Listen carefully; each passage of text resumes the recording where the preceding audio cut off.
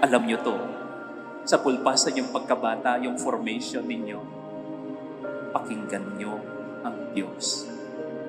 Sapagkat kung marunong kang makinig sa Diyos, kaya mong pakinggan ng asawa mo.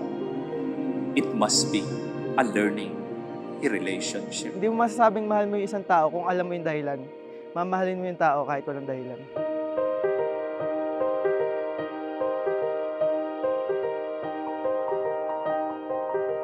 Hi, Sol. Sa wakas, dumating na tayo sa exciting part. Ecclesiastes 3:11. He has made everything beautiful in His time.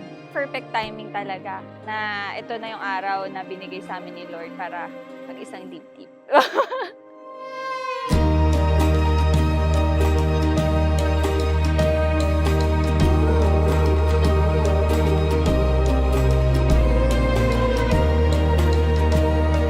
Pero kasi kami, simula nung first year namin, first month, first day, kung ano kami nun, ganun pa rin kami hanggang ngayon. Para ko siyang kapatid. Nag-start kasi kami na nagtuturo kami sa mga bata. Tuwing linggo, nagtuturo tungkol sa Bible, Catholic, tas turo ng sayaw, kanta, ganun. Kaya pala ako komportable sa kanya. Kaya pala magaan yung pakiramdam ko kasi siya pala talaga yung taong para sa akin.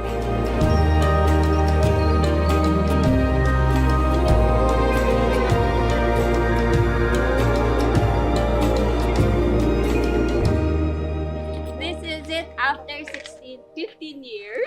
Kinakabahan siguro sa next chapter din ng life. Pero syempre, masaya ako kasi si Nina yung kasama ko. Napapaliw na naman ako, parang sirang nagpupuyat para sa'yo. Mahal ko, sa dinami namin ng tao sa mundo, ikaw ang piniling magkaisan. Joke lang. Este, mahalin ng habang buhay. Shoutout sa grooms and bride. Sana stay strong. Love you guys. Biggest fan. Ako, bakit lagi na lang sa tao? Just for today's video. Yes, just for today. Sige, pinapayain kita. Ang ganda mo. Namumula, sabi mo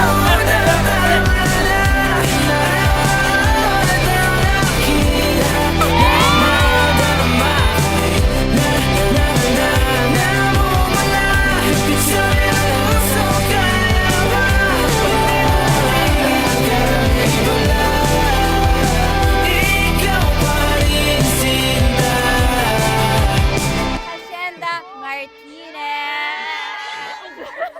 Kaya kong ibigay, kaya kong ipakita kung sino ako kasi tatanggapin niya ako kahit sino ako. Maging sino ka man. Wow.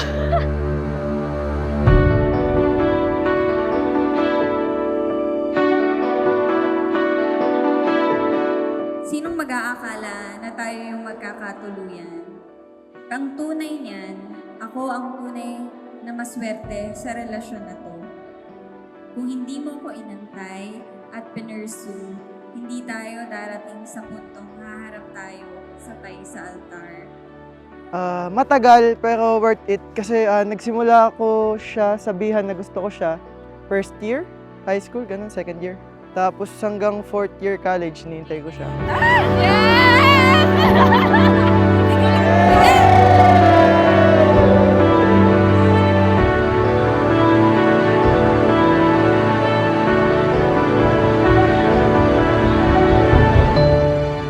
Eto na, nandito na tayo sa exciting part. Excited na ako na makasama ka sa habang buhay. Excited na ako na tumambay kasama ka. Excited na ako na bumuo ng pamilya kasama ka.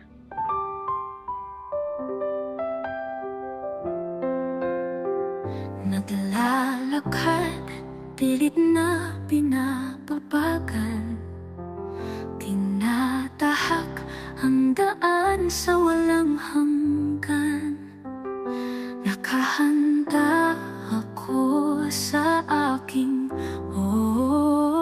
noon pa lang. Sigurado na ako. Dapat lagi kayo nag-uunawaan. Katulad ng ginagawa kong pagmamahal sa inyo, ganun din ang gagawin mo sa kanya. I love you, anak. Love you, Ma. Simple lang yung regalo ko. Pero tandaan mo, lahat ng oras na kaya kong ibigay sa'yo, ibibigay ko kahit na may asawa na ako.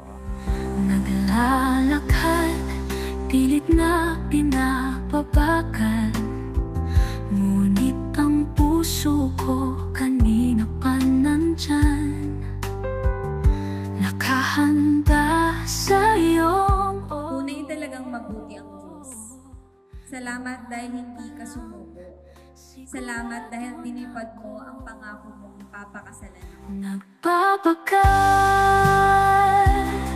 gusto ko nang tumakbo papunta sa iyo. Nagbabagal, gusto ko nang sumagot ng yes I do. Dito nakikita ko na ang walang hanggan, nariyan sa piling mo. Nagbabagal, tatakbo na papunta sa'yo, tatakbo na papunta sa'yo. Gusto ko nang sumagot ng yes I do, yes I do. Sa'yo na ako magpapasakop, sa'yo, yes I do. Nina, sumasang-ayon ka ba na maging asawa si Jello na narito ngayon? Opo, Father!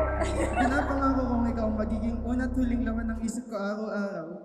At sa bawat pagsikat ng araw, pipiliin kitang mahalin ng higit pa sa kahapon at ng mas matindi pa sa bawat darating na bukas.